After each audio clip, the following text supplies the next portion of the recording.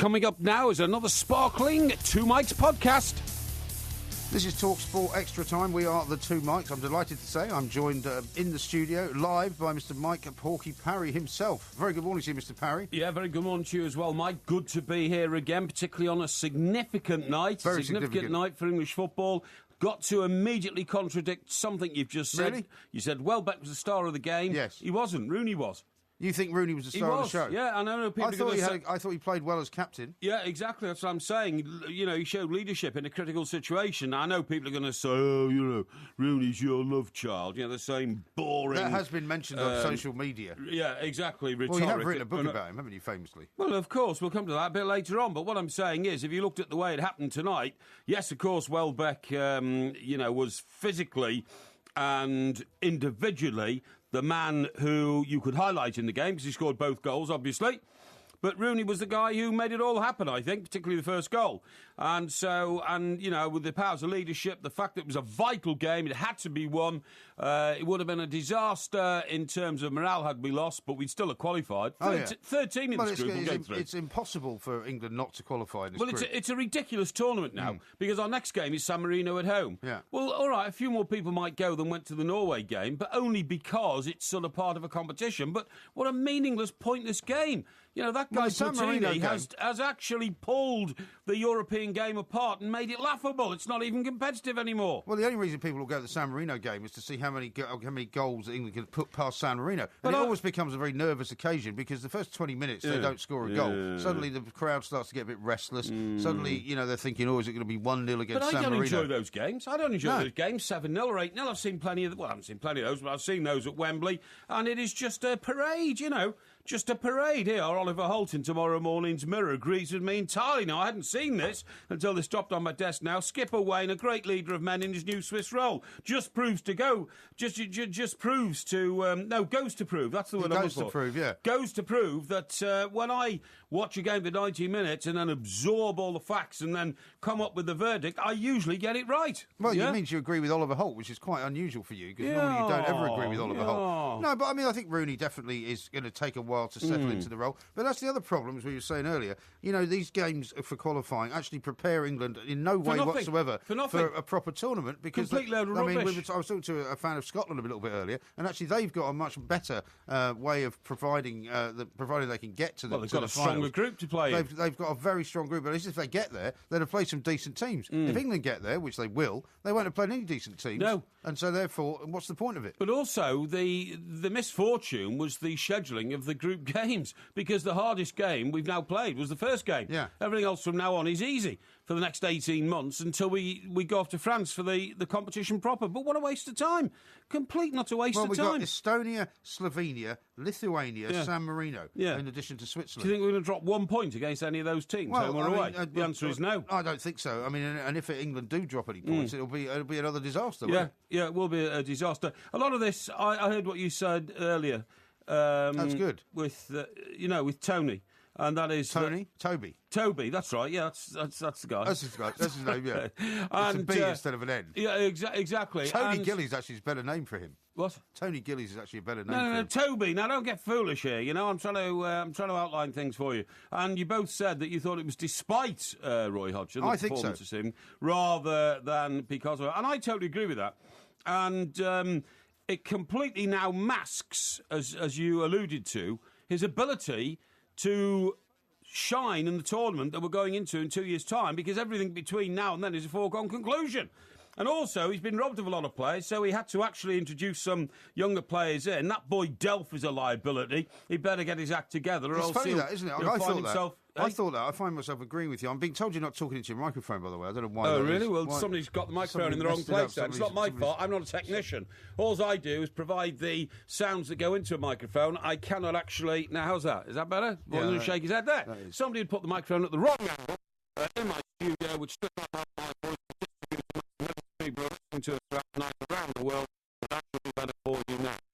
funny thing about Fabian Delph is everyone's saying what a great game he had. I mean, we were talking to Warren Bartlett earlier on. He said he thought he matured throughout the game, and people say only committed one foul, and that was what he got a yellow card for. Not true, actually. He should have been sent off. He committed two fouls. Within the space of a few minutes. The first foul was where the referee spoke to him and clearly said to him, any more of that nonsense, you get a yellow card. And about 5 nanoseconds later, he did it again. Yeah, I totally agree with you. But does that not mean to you that therefore players of teams that are not in the top 4 or the top 5, which we've often had problems with in the past, where people say if you're not in one of the top 4 teams, you don't get into the team, into the national team. Does that mean that people like Fabian Delph from Aston Villa or teams like Aston Villa shouldn't get in? I don't know. Roy Hodgson and the England lot keep making out they've got 11 senior players injured. I don't know who these 11 are, do you? Well, I suppose they've got Oxlade-Chamberlain, they've got Sturridge, not Oxlade-Chamberlain, sorry, they've got Sturridge, they've got Walcott, they've got Lallana's out injured as well. Yeah. They count Chris Smalling as one of those top-class players. They do. I don't know about 11, I think there's about 7. Well, I keep hearing a figure of 11. Getting to the defence for the England team, we've got a real problem there. Because Phil Jones does not look, he doesn't exude confidence that you need. He looks desperate, doesn't he? Looks desperate, that's a good word. And also, I have to say this against my, greater instincts and feelings, I don't know what's happened to Jagielka. I think he got so sort of bamboozled in Brazil in the World Cup competition. I wonder if it's hurt him, because, of course, he had a poor game for Everton against Chelsea. And, of course, he didn't start last night. That, again, knocks people's confidence when you find either Phil Jones, who's, in my view, not very good, taking his place, or his club teammate, John Stones, at 20 years of age, taking his place in the back 4. He looked all right, didn't he? Oh, he looked fine, but he's not even playing in his right position. No, it's all right. John Stones is better in the middle of midfield. In the middle of the back 4. I'm getting a bit confused about this. You are getting a bit confused. Yeah, but... I mean, he can't slot into that position until that position becomes vacant. But it may become vacant if Phil Jones is not thought to be up to it and Jags has been relegated to the bench. Or if he gets injured, because he looks like an injury-prone player. Here's a text from Singh, who's a Liverpool fan. He says, Sterling is the future. It seemed as though England carried Rooney. Lambert made more of an impact than Rooney did in the whole match. I'm not sure that's fair. Say that again? Who made more impact than Rooney? Ricky Lambert, when he came on. Rubbish. I didn't see that That's happening. a rubbish. He said he needs to up, nonsense. He said he needs to up his game. He's lucky he's captain for United as well, because out of the 3 forwards, RVP, Falcao and him, there's an argument he's the third best one there. But I think this will be good for Wayne Rooney. No doubt at all. Yeah, I'm sure it'll be good, because it will... When you see, what people don't understand is they don't understand the mentality of a football like I do, because I've studied over the years, okay? Yeah. And if you're a young boy and you're 17 and you're living at home with your mum and dad, and then 2 years later you've actually got £1 million house, because that's how quickly fortunes can change you in football once you start signing contracts earning 20 grand a week. Because anybody's earning 20 grand a week can easily buy £1 million house on a mortgage, because they'd pay about 5 grand a week. His house is now worth about 5 or 6 million, isn't it? The one he's got now, Rooney. Oh, it's worth more than that. He's got a £5 million house in Barbados as well. Has he? So they're not short of houses. Yeah, absolutely. Not short of bricks and mortar. But the point I'm trying to make, Mike, which you don't seem to be able to absorb. Well, the point I'm trying to make is this, that at 19, if you own a £1 million house, you're earning £20,000 or £30,000 a week, you have the responsibilities of managing wealth, which you do, you mature very, very quickly. Very quickly indeed. And, the Rooney we saw at the Sports Personality of the Year Awards when he was a teenager, and he was chewing gum and accepting, Young Sportsman of the Year or something like that. Within 2 years from that, he's a multimillionaire. And believe it or not, that's when footballers mature. Now, funnily enough... Is that it? Is that the great secret of all of that you've studied? No. Funnily enough, what happens to pop stars is exactly the opposite. They become multimillionaires very quickly as well. They can do. And in some cases, and obviously, I don't want the younger generation to start having to go at me about ID... ID? 1D. One Dimension. Yeah, that's it, yeah. And One Direction. That's right. And all the boys in that band, because they're actually quite clean living, aren't they? But... Well, that depends. What? That depends. But I'm just reading the new book about Brian Jones, the former legendary Rolling Stones guitarist. And the minute he acquired wealth, he became even more... dishevelled and hopeless in his life. That was a different time as well. Well, that's what I'm saying. But what I'm saying is, because rock stars do not have regulated, regimented lives, they don't get up for training every morning. They don't have to maintain a level of physical supremacy. Their lives go to hell. Yeah. Supremacy, fitness, same word. Their lives go to hell. So they use their millions to indulge themselves in nefarious activities which actually degenerate themselves, whereas footballers use their wealth to improve their lifestyle, to improve the way they can live their lifestyle, and they get better. And that's the difference between rock stars and footballers, and that's why Rooney has now matured fully. Fascinating. I'm glad you took so long to tell me that story. We're late as ever. He is Mike Parry. I'm Mike Graham. We're the two Mikes. More coming up next on TalkSport.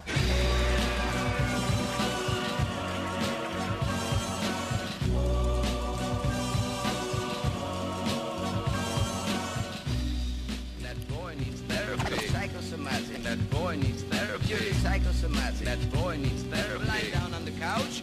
What does that mean? You're a nut. You're crazy in the coconut. What does that mean? That boy needs therapy. This is TalkSport Extra Time. I'm Mike Graham. Mike Parry is here with me. We are the two Mikes together. How about this from Dave in Bradford? He sent this in he sent it actually by text to 810. What are you doing with your pen? So I'm just tapping to the beat. Yeah, go Well, on. please don't tap to the beat because it'll damage the microphones and damage no, all the won't. very, very, won't. very delicate equipment we've got in here. Yeah. Dave in Bradford says, Mike, Roy Hodgson is going to be... chairs that you sit on, Yeah, the chairs are especially reconstructed for me. Yeah. Roy Hodgson is going to be lucky. He has a lot of young talent coming through that will save his job. With a manager like Tony Pulis, we could actually win something. Do you think Tony Pulis could be a manager for England? I think Steve Bruce is a better bet. I think Steve Bruce is the archetypal Englishman, won things in the game, knows all about it, has a very good record, relatively very good record in Premier League management, in the Championship, and I would say that he's got to be the favourite to be the next England manager, without a shadow of a doubt. Well, I mean, Can't see another candidate. It clearly doesn't seem as though there's going to be a New England manager for a while, because presumably if Roy gets us to the Euros, which he will, and then the England team gets to even the quarter-finals, that'll be good enough for Greg Dyke, I'm sure, to keep him on for the next World Cup. See, I don't understand this. Mr. Hodgson did OK in the qualifiers against the World Cup in Brazil. Yeah. But then failed completely the competition. Yeah. Now, this is going to be no test whatsoever, the qualifiers for this competition to get to the finals in France. But then we've got to pitch Mr. Hodgson into the competition as the manager in a competition. Last time we did that, he failed. Yeah. So I just don't get it. He has no track record, I've said from the start we should have changed the manager. I totally agree with you. What would be the point now? What would be the point now of saying, right, well, let's get Hodgson to stand down and put somebody else in? Because there's no reason to fire him now, because he's actually won a game, if you see what I mean, and it's the most difficult game in the group. So England have lost their opportunity, and I don't say that callously, maliciously, or in any way trying to be, anti-Hodgson. I'm just pro-England, and I just think it would have been better if we had a new manager for the new competition. Because you call yourself England's greatest fan here at TalkSport, right? Yes. And you haven't been so far to this last couple of rounds of games, have you? We didn't go. I mean, normally you would have gone to the Swiss game. Probably you would have gone to the Norway friendly. Yes. You haven't been to either. No, I haven't. And the Norway crowd was the lowest ever seen at Wembley. It was. And I presume you won't be going to see San Marino or Estonia or Lithuania. No, I don't think I will. And that's a serious problem for England. Well, it may I mean, I'm not being facetious. I mean, it really is. I agree. For people like you to say, I'm not going, I agree. That means there's thousands of people like you saying they're not going. I've always found it difficult to get worked up for a friendly at Wembley. And frankly, the games like San Marino feel like friendlies. They just don't feel like competitive games. You don't feel on edge. You don't feel like there's anything to be worried about. You don't think, if it's a really tough game, I need a couple of drinks before the game to steel my nerves. And I find that astonishing. I don't feel like that if it's San Marino. But do you remember when you and I went to Montenegro, the Montenegro game at Wembley, which was a 0-0 draw? Absolutely. And I think that was a qualifier for the Euros back in 2012, would it have been? Yeah. It was one of the early qualifiers. Yeah. And it was one of the most boring games I've ever had the misfortune of sitting through. But Montenegro shouldn't be a hard team. But in those days, the crowds were full. It was Fabio Capello, I guess, was still in charge. That's right. And it seemed like a worthwhile exercise to go and watch it. But to be honest, it was probably the worst game of football I've ever seen. And England were dreadful. Well, yeah, I agree. I remember the night, actually, because, as you quite rightly say, it's one of those few games that you come away from Wembley you haven't seen. You were very kind enough to host me. We were hosted at a table together, but you were very kind to bring me along in the FA Club. Well, that was when we met the guy from the Ukraine. Yeah, that's right. Yeah, well, I have this generous streak inside me. I know that you can be a pitiless figure without my assistance, Mike, so I do try to introduce you to the social hierarchy within the world of football. But you did insult the guy who was the head of the Ukrainian FA. Well, I didn't mean to. I didn't know he was head of the Ukrainian FA, did I? I was just having a laugh with him, that's all. I don't think he was too impressed. This is a list from Andy in Antrim, who says if Bobby Robson was managing England now, they would go a lot further in tournaments. He knew how to get the best out of players. It was only for that Maradona handball, I believe they would have won that World Cup. The passion was there, and the flair and the heart to win. Well, they seemed to show a bit of passion and flair last night, didn't they? Yeah, they showed a bit of passion and flair. But I think that was because actually there were so many people on the pitch who had something to prove, including Joe Hart, who made one vital save which could have turned the game. Made a couple, didn't he? Made a couple, but he made one in particular.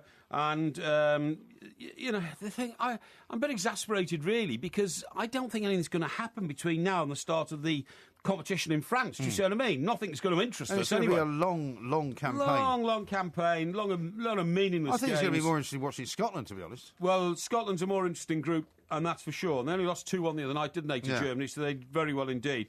See that old man of FIFA, Mr. Blatter, he's mouthing off again today, saying England were bad losers. He was being interviewed by Jeff Powell from the Daily Mail, a very old mate of mine. I mean, Jeff is, a very seasoned reporter. He must be getting on a bit now. Well, that's a bit unkind to say he's on a bit. I was more kind about it. I said a seasoned veteran of the newspaper world. And he was interviewing and he said, England, they did not lose graciously. Well, I don't think you should. Is he talking about losing the World Cup? Yeah, exactly, losing a bid for the World Cup. I don't think you should lose graciously when you know you're tied up in those Well, he's sort not a guy that situations. exactly loses graciously. We're going to be hearing a bit from him a bit later on in the show. Yeah. Because, I mean, this is a guy who refuses to go away. He's now announcing he's going to stand for another term, isn't he? And Mr. Platini has decided not to stand against him. He's the only credible candidate who could have got it. Which means, of course, that he will get it again. So why does he not just walk away? Well, I think probably the deal is, instead of having a bruising battle this time, I assume Mr. Platini's done a deal to get it the time after that, has he? Yeah. Although I'm not accusing anybody of cooking jiggery the books pokery or anything like that. Yeah, jiggery pokery, absolutely. That wouldn't happen. Derek in Pencoed, our regular correspondent, says Mike Porky's raving about Rooney yet again. As I recall, he was meant to be the only player that could win the World Cup for England, but he didn't do much, did he? That's true. No, he didn't. No, but neither did anything in the team do much, and that's the point. The great issue is getting the maximum out of players in critical situations, and Hodgson failed to do that at the World Cup in Brazil. Now, last night, with a completely new flotilla of players, quite like that word, don't you? Flotilla's very good flotilla for you, players, yeah. And you pronounced it correctly as well. Yes, absolutely, flotilla. But you are a naval expert, I suppose. Well, I am, actually, of course, yeah. Well, you know that. It's one of the things you're an expert in. I live on the coast there. I witness the movements of the Royal Navy. I have the shadow of the masts of HMS Victory pouring Did you know there's a festival of tall ships going on in London at the moment? Yeah, I did, yeah. And it started... They came up from Falmouth. Falmouth, that's right. Started in Falmouth and came up. And I've seen a couple of them in Solent, in the Solent, on their way round. You're absolutely right, yes. OK, so that's England all sorted out. What do you think about feng shui? What do I think about it? Yeah. Not very much, really. It's rubbish. It's utter rubbish. Is it? Yeah, but guess what? I don't think you're pronouncing it right, though. It's feng shui. Well, it can be anything, but in feng shui. It's so rubbish, even the Chinese who invented it banned it. When did they ban it? Well, during the communist regime, Well, they banned everything then. Sorry? They banned everything then, including books. Yeah, but they still have got a communist regime, haven't they? It's just that they're it's slightly less communist. It's not like Chairman Mao's lot anymore. No, but it's a communist... Well, they've just announced relatively recently that they're not going to allow Hong Kong to have any free elections. So I suppose they haven't exactly made their way across to democracy yet. No, but isn't it interesting? What happened in China was, when we gave Hong Kong back to China, we assumed that the yoke of communism would descend upon Hong Kong. Yeah. In fact, what happened, amazingly, was the yoke of capitalism spread out throughout the whole of the rest of China. Yeah. It's astonishing, wasn't it? It is. Although Absolutely astonishing. I mean, but it was already happening, wasn't it, in the big cities, in Beijing and places like Well, that? I'm not sure about that. I think the commies who used to run China, I mean the bad commies, not the good commies, because the good commies run it now. I know that you call them commies if they're good, do you? Well, I don't know, I'm not sure. But what I'm saying is, when the bad commies sort of marched into Hong Kong, they must have looked around and thought, actually, this is quite good. You know, we quite like these bars with all these geisha girls in it, and we quite like these gambling dens. And well, Rolls-Royce's biggest export country now is China. Is they it? sell Right, more Rolls-Royces to China than any other country in the world. Wouldn't surprise me. And they thought, well, I tell you what, instead of us imposing communism on this lot, bland, half a bowl of rice a day, working in the fields. Yeah, for nothing. Nobody gets a car, one child to every family, and all this kind of stuff. They thought we'd do it the other way around. then of course doing it the other way around means that within about 10 years they'll be the biggest economy in the world, won't they? Well, they might be, but I mean, it hasn't quite worked in the sense of people having all the freedoms that you and I would generally. You don't need them. You don't need those freedoms. I don't know why people go on about it. Free elections, then? No, I couldn't care less. If I'm living in a society that's getting increasingly wealthier every day, and every week we're building a new power station. Every month we create 20,000 new jobs. Every 3 months we find a new ship being launched for a navy that we're building and all this kind of stuff. I couldn't care less about. We want a free election. Democracy on many, many occasions is actually a huge hindrance to prosperity and wealth. Because if you keep changing things just because you think people should be voting all the time, nothing ever gets done. Nothing ever goes forward. Absolutely. It goes backwards. Staggering. No, it goes backwards. It goes forwards. I am into, in a big way, benevolent dictatorship. Really? Because I think that doesn't surprise me at all. As long as you're the dictator. Benevolent dictator. Well, as long as the dictator's on my side, I'm okay. Yeah. I don't want to be. But I mean, why don't people in countries that's run by a dictator just grow up and get on the dictator's side instead of trying to oppose him? If it's all going well, what's the point? What's the problem? It's a fascinating political theory you're now what is the espousing. problem? Well, what is the problem? Several massive problems which we'll have to talk about. I don't see any problems there. Well, of course you don't. But I'm going to be a behave dictator. yourself, shut your mouth, get on with it. That's what you should do, because look into the light. It's that time. The two mics out going to be back next.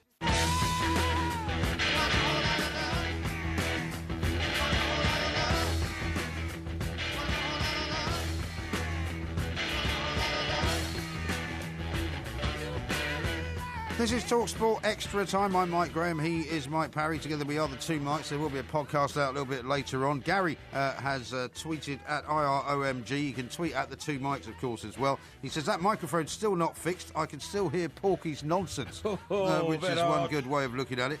Stagger says Rooney wasted 2 chances before his mediocre assist. Drop him. And then here's a good one about your expertise in feng shui. Yep. Marky says it's time we turned the tables on so-called feng shui experts. So tell us about this feng shui that you discovered and why you've discovered, and why on earth are you wasting your time looking at things like that? No, feng shui's rubbish. It's rubbish. But what is it, though? Tell us what you think it is. Well, the actual translation of feng shui is wind water. That's what the two words mean, okay? And you're supposed to harness the natural properties of light, water, magnetic North Pole and all that kind of stuff, and place things around you in a way that best accepts the powers of nature. Do you see what I mean? Yeah, because people get these feng shui experts that come into their house and completely rearrange all the furniture. Exactly. And they say, well, the problem you've got here is that you're not making sure all of the energy is flooding through your body in the way that it should. But it's all rubbish. What energy? There isn't any energy. Your couch is facing the wrong way. That's right, absolutely. Now, the reason this has come to the fore is because Geoffrey Boycott, my old friend, many say should be Sir Geoffrey Boycott, of course, has just published his book, his life story. Very, very moving, really, because the first serialisation today in the Daily Telegraph told of his 3-month battle for life when he contracted cancer. But he said that as a result of that, he had to examine everything that he thought about life, and one of them was taking on feng shui when he got back home after, he needed rehabilitation from the hospital. So it was of some use to him then? He wouldn't tell you it was rubbish. Of course it was, but I mean, that's in your own mind. If you think something's good for in your own mind, that's why, what do they call these medicines that aren't really medicines? Placebos, are they? Well, there's a placebo, yeah. Placebo, and that's a false medicine. Yeah. But you take it and you think, oh, this is making me feel absolutely brilliant. I'm going to take this the rest of my life. Makes me feel great. And in fact, when it's analysed 3 years later, it's found to be talcum powder, and it's got no properties whatsoever except in your mind. Well, they use that for a lot of testing. Except in your mind. Well, I mean, I imagine that it might have an effect on you. If somebody gave you a placebo and told you this is actually going to make you seize up and not move for a while, you probably would believe it. No. Because the power of the mind is actually extraordinary. This is what I'm saying. So if you believe in it, you do it. But I've examined a lot of these mystic beliefs over the years, that people run their lives by. Did Rupert Murdoch not have his office redone, feng shui'd, in New York or London? Well, I think somebody advised him to. Whether he got it done or not, I just don't know. But I mean, to me, it's... When he was with Wendy. Yeah, could be, because of course she was Chinese, wasn't she? His ex-wife. His ex-wife, yeah. The expert, yeah. And that's absolutely right. that some people... I mean, there's a bit of a craze of it in the 90s, I think, wasn't there? You know, there was. We'll go feng shui. Well, there was that Foster's Why are ad, you do you remember? feng shui? There was Yeah. a Foster's ad where the guy brought the feng shui expert into the house, and he Ah, basically that's just took right. away all the furniture and just left him with a fridge full of beer. Fridge full of... yeah, that's right, he did, yeah. But what I'm saying is, if Sir Geoffrey Boycott's taken it on, fine, no problem at all. If he found, that his life changed for the better, for a positive, that's fine. But I can't find any evidence of feng shui. Feng shui's all about imagining things, in my view, having studied it quite extensively, whereas... But do you not believe in the power of positive energy, then? Well, I do, but I think the power of positive energy has got to come from a tangible source. So Buddha is a tangible source. You see what I mean? Yeah. So if you want to study Buddhism, which I have done, you know exactly what the basis on which you're seeking succour and comfort is from a particular philosophy. Yeah. But Sheng Fui. Sheng Fui? Yeah, Sheng Fui. Do you mean feng shui? What's it? Feng Shui. You got me all mixed up now. Feng Shui hasn't got How about Kung Fui? No.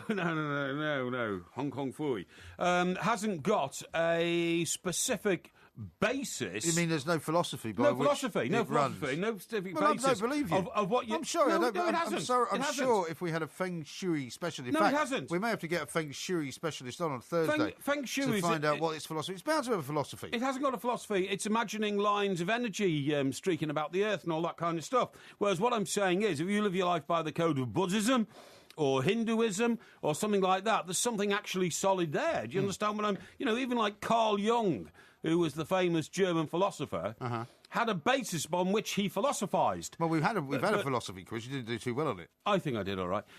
Whereas with the old Feng Shui, it literally is... I think you're wrong. I think you've misinterpreted No, I it. haven't. I didn't misinterpret. Have you studied Feng Shui? No, I haven't. The writings of? Well, but you see you won't get anything out of it because you can't. But I'm fairly certain that it does have a philosophy, because the whole point of being involved in it is that you follow certain things and do things in a certain way. Yeah, but it's pattern lines. Do you know what it's like?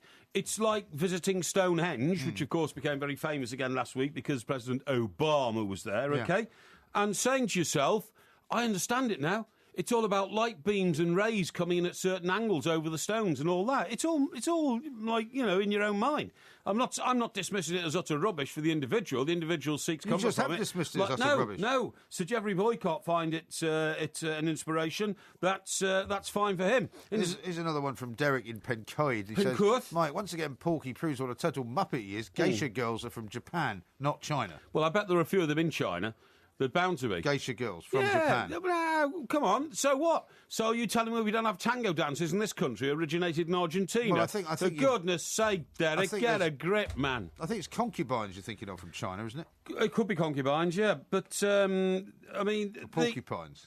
No, not porcupines. But the position there is that when the bad commies were in China, they said, no, you can't have it. Now, that's typical because most communist regimes do not want the individual to have the freedom of thought. Is that right? That's right. Exactly. It's got to be Even though like... you seem to be in favour of it. Sorry? You seem to be in favour of it. No, I'm not in favour of it at all. I'm not in favour of it at all. Well, you just made a long spiel about how you were in favour of the benign dictatorship. No, I said benevolent dictatorship. Well, you should have used the word benign. I'm in favour of benevolent dictatorships because I believe but that... surely in those there is no freedom of thought, is there? But don't you think democratic elections get in the way of progress in any country? Well, democracy is the worst form of parliamentarian kind of elections. Of course but everybody knows that. Because you never go anywhere. Except barring all the rest. That was what Winston Churchill said. You go forwards and backwards, forwards and backwards, forwards and backwards. That's the way you go. You can't just put someone in power and let them stay there forever.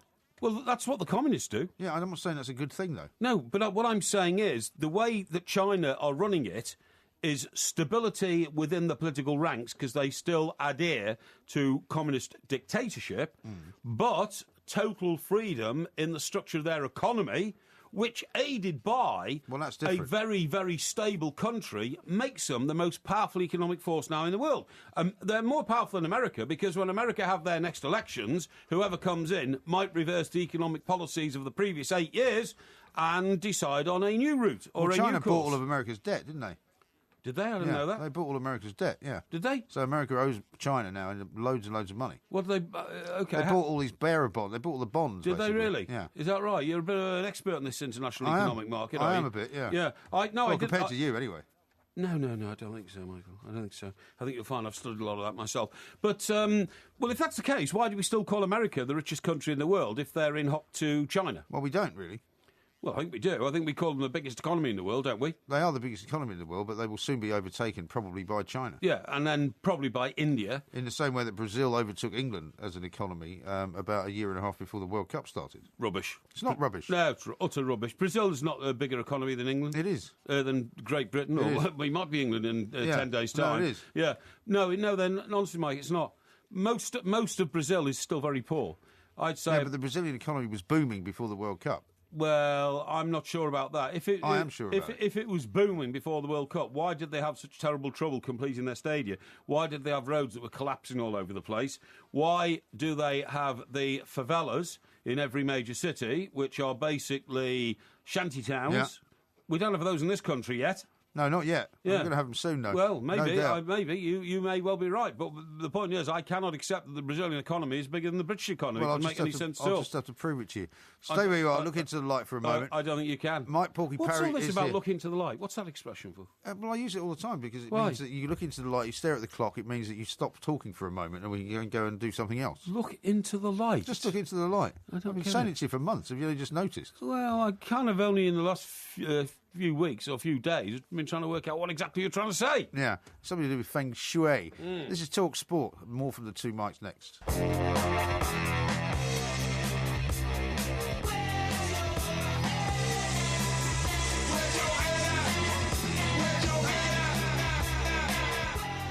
This is Talk Sport Extra Time. I'm Mike Graham. He is Mike Parry. Together we are the two mics. And there is some very, very big news on all the front pages this morning, Mike, which we should address. And that is that there's another royal baby on the way. Doesn't seem very long ago since we had one already.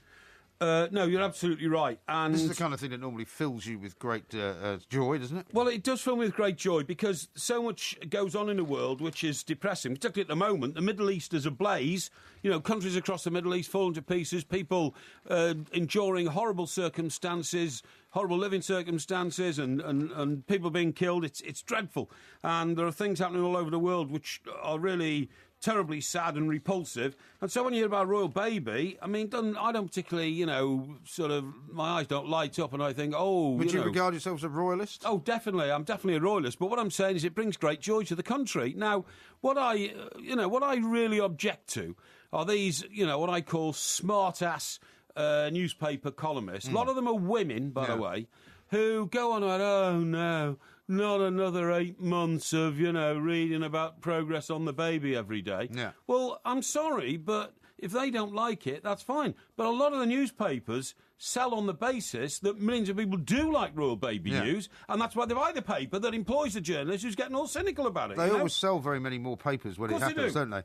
Although there's one in here, Sarah Vine in the Daily Mail saying, best of luck, Kate. I've seen that. I know how hard it is having two babies under 2. Yeah. I mean, that's ridiculous, isn't it? Because it doesn't matter whether she knows how hard it is to have 2 babies under 2. Ludicrous. Kate Middleton, or the Duchess of Cambridge, is not going to have to worry as much. Most women will have to worry about what it's like having 2 babies under 2. I'm not sure about that. Because remember when Harry was first told about it, he said, ha, ha, ha, and had a laugh and said his brother will be up in the middle of the night now looking after the new baby, particularly if it's a little girl. I didn't know little girls were supposed to be more troublesome than little boys. Oh, I don't know if that's true. Yeah, well, exactly what you made. Now, the point is, Ms. Sarah Vine, who you're talking to there, is not just another housewife anyway. No. She is the wife of the former Education Secretary, Michael Gove, who's now the Chief Whip. So, she won't be short of assistance and help, I wouldn't have thought, in the way she brings up her babies. But for the most part, people get absolutely, wound up about it, particularly women, and more particularly because, what's the name of the first one? George. George, yes.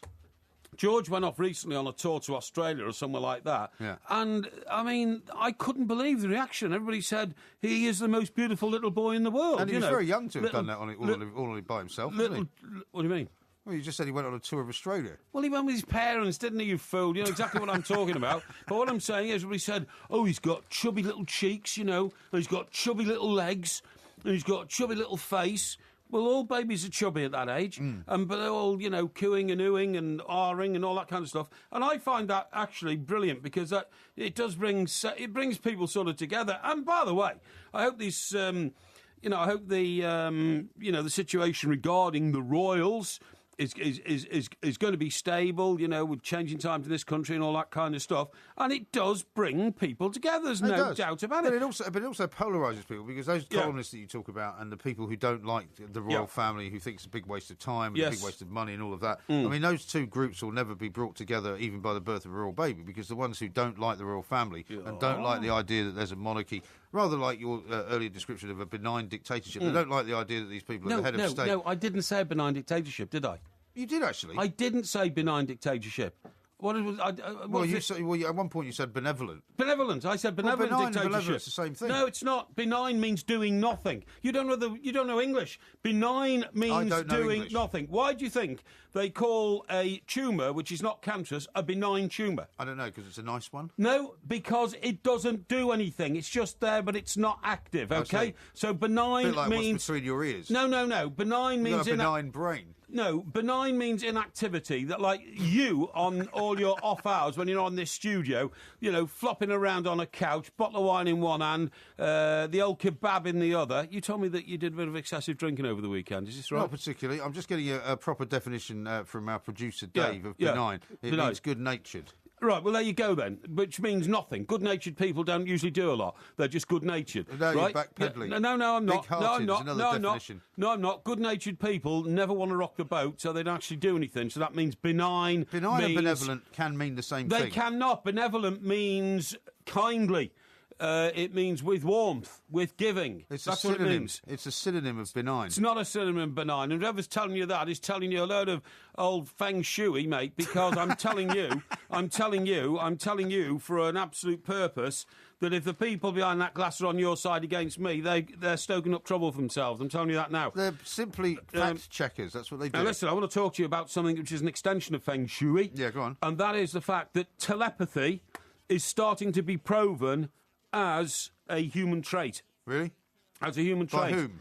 Well, the University of Strasbourg have just... Where do you find this rubbish? Well, because I search out the developments on... You're reading the papers again? No, don't be ridiculous. I search out what's going on in the world, particularly in terms of developing science. And in one test here at the University of Strasbourg, they had two men 4,600 miles apart who sent messages to each other. Strasbourg? Yeah. I didn't think Strasbourg was that big. That was ridiculous. What I'm saying is the university had two people, which they located in the world, nearly 5,000 miles apart, who sent mental messages to each other. They've also experimented on a bloke sitting in one building, willing a rat in another building to wave its tail. and what are you laughing at? And the rat waved its tail. So a rat which would normally wave its tail on any given time, probably about once or twice a minute. I don't know about that, mate. So these guys have set this experiment up. That's right. They've said to one guy, if you will this rat to wave its tail, it will eventually wave its tail. It's a bit like me saying, right, I'm going to put you in a room and I'm going to make somebody else will you to blink your eyes. Right, of course you're going to blink your eyes. Don't be ridiculous. It's nothing to do with telepathy. Well, look, it's obviously a bit more cobblers. It's obviously a bit more scientific than what I've just described to you, but I don't want to get into the depths of the science because it will confuse our listeners. However, how many times did the rat wave its tail? And in which direction? I can't tell you that because I haven't seen the full compilation of the report. However, I thought that it was something that you and I could probably test out purposefully on Thursday night when we do our 5-hour special show, because then we can work out whether this is going to happen. I mean, actually, you and I are quite close in thinking powers because we do these shows together. We have to be able to anticipate each other, think, read each other's eyes. I have never got any idea what you're going to say next. Yes, you have. Yes, you have. And what we'll do is we'll get our chief producer and engineer of OB, David, to devise some sort of scheme on Thursday where we sit back to back but can tell what each other are thinking. Right? Is that going to work in front of a microphone? Well, it doesn't matter because we'll be able to narrate what actually is happening. Well, maybe you can just stay at home on Thursday. We'll do the whole show by telepathy. Well, no, because you see, that wouldn't be any good because I would have to have the house wired up, wouldn't I, to be able to talk to you like that. We have to do it in the same studio, you fool, so that we can actually... Perhaps we'll bring a rat in and see if we can make its tail shake. Well, why are you being so cynical about this? Because it's the most ridiculous thing I've ever heard. No, it's not. Why do people write papers about it? Scientists, who've got idiot actually funds them and gives them money to do it. Understanding of the world than you have. Yeah, but I'd be a bit more convinced if it was, making the rat do something other than wave its tail. I mean, that's what rats do. All these things start out very basically. I mean, for instance, the first time anybody generated electricity in this world was when a bloke flew a kite with a metal rod in it. Really? And lightning struck it, yeah, and then he generated electricity, and that's how he understood what electricity was all about. So these things start in very, very small measures indeed. I mean, do you know how the man who first discovered that light moved discovered the speed of light? Who? Well, what he did was he stood on like a cliff on the south coast of England, and there was another cliff about a mile away, and what the guy did was he took the lid off his lantern, and the minute that the guy on the other cliff saw the light, he had to fall to the floor. Do you know what I mean? Or fly a flag or something like that. No, and the first guy with his lantern. Why would you bother? Because how long did it take? Because he wanted to find out. If it had been foggy, you'd have had trouble, wouldn't he? Well, it wasn't foggy. He didn't do it on a foggy night, you fool, did they? So what they found is eventually, you see, what they thought would happen is they thought that when the first man took the lid off his lantern and exposed light, it was candlelight, by the way. There was no electricity in those days, right? Then man number 2, who's 2 miles away on another cliff. But if it had a lid on the lantern, why did he have to take the lid off? Well, because it was a closed lantern. It was a closed lantern. What was the point of having a closed lantern? So that the light was enclosed in darkness until he took the lid off, and then there was light. But then the light was pointing upwards, though, wasn't it? No. Because as he took it off, there was an open hole in the front of the chamber. Oh, I see. It was like a miner's lamp, if you see what I mean. Right, okay. So then he saw the guy on the other cliff fall down. Right. How quickly? Well, this is the point. Instantaneously. Exactly. Because it didn't happen instantaneously, this is the great breakthrough.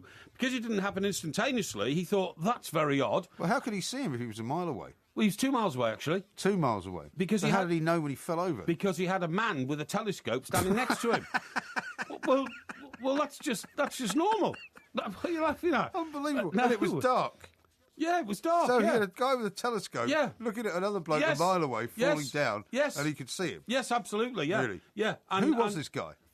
Well, he was somebody like Faraday or somebody like that, whoever discovered the speed of light. But that's how they discovered that light actually takes time to travel, because everybody until then thought light was instant, because it moves so fast that you never expect that you can detail the speed of light. But it does move so fast over a course of a mile that you wouldn't notice any delay whatsoever. Listen, you can do it. Have you never seen, I don't know if it happens at these days, but it used to happen on television, you'd see a crowd chanting, Everton, Everton.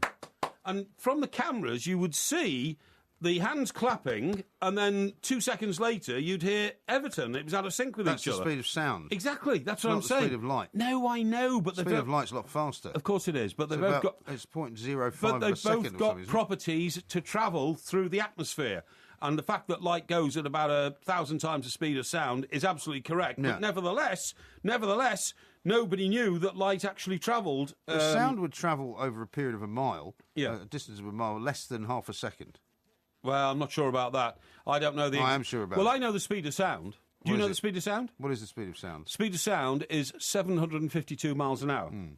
Because that's Mach 1. Yeah.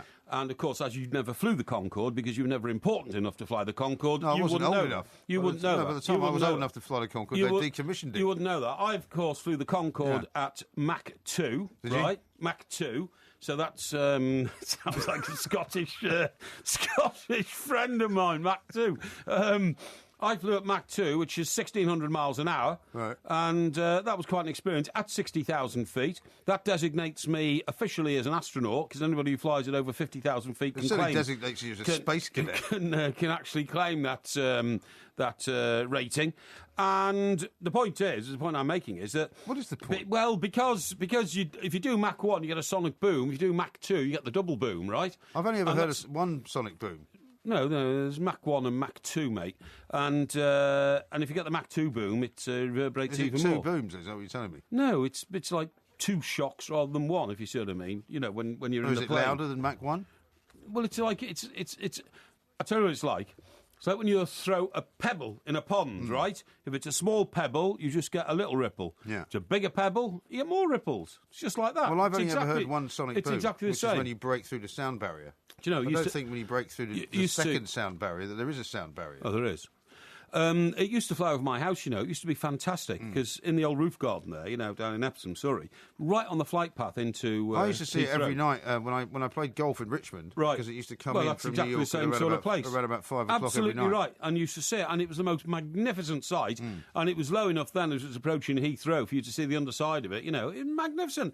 The idiot who cancelled Concorde is as bad as the idiot who cancelled the Ark Royal and sent it for scrap. An outrageous thing to do.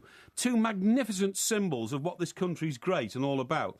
And we threw them both away. Absolute disgrace. I'd love to get hold of the people who did that and reduce them to poverty, But it because was that's what they 50% deserve. made They by the deserve to live French, in wasn't poverty. it? Sorry? It was 50% made by the French, wasn't it? Well, yeah, it was funny enough, An it was Anglo-French Anglo-French project, and the funniest thing is, we were talking about communism and all that before, right? And I mean, Tony Benign Benn, dictators. yeah, benevolent dictators. Tony Benn, who was a very committed left-wing politician, who normally are accused of stultifying development and progress on the grounds that they have old-fashioned theories on the economy, right? For whatever reason, you know, and I'm not saying it's a bad thing, might be a good thing, might be, you know, but you can be reckless in your economies with too much forward thinking, as we know with the banking crisis and all that. But the point is, he pushed it all through. He did the deal with the French. We built ours in Templeton in Bristol, and they built theirs in, what's the town in France where Not they built sure. it? I know it very well indeed. The town in France, Concorde Town, was... Is there a place called Duval? No. Is it Duval? Duval? Anyway, It's sorry, Robert Duval.